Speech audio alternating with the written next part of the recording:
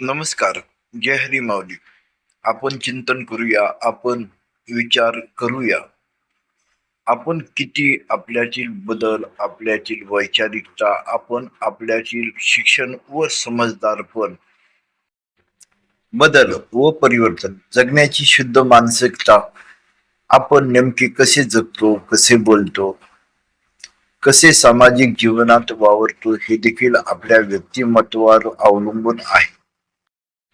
कधी बोलताना अहंकार, बोलण्यातला तोरा, बोलण्यातला मीपणा, आवाजाचे भान देखील हरवते. हे कसले वागणे, हे कसले शहाणपण. माणसांचा पूर्व इतिहास व परिसरात, वलयात व अधिकारवाणीने, पद, पैसा व कर्तेपणातून कधी जीभ घसरते, राग अनावर होतो. हे सभ्यतेचे लक्षण नाही. जनमानसात हे बरोबर नाही. ही प्रतिक्रिया उमटते. स्वभाव ही संवादातून व ऐकण्याची प्रक्रिया आहे.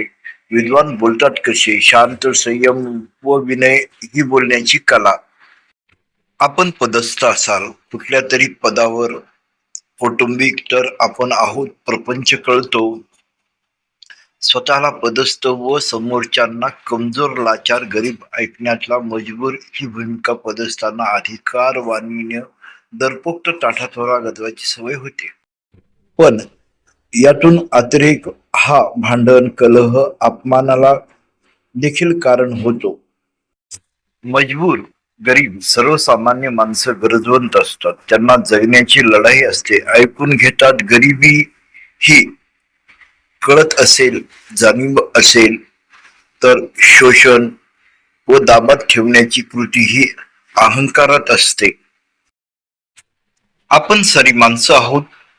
या जगण्याला, या जीवनाला काहीतरी सद्गुण हवाय.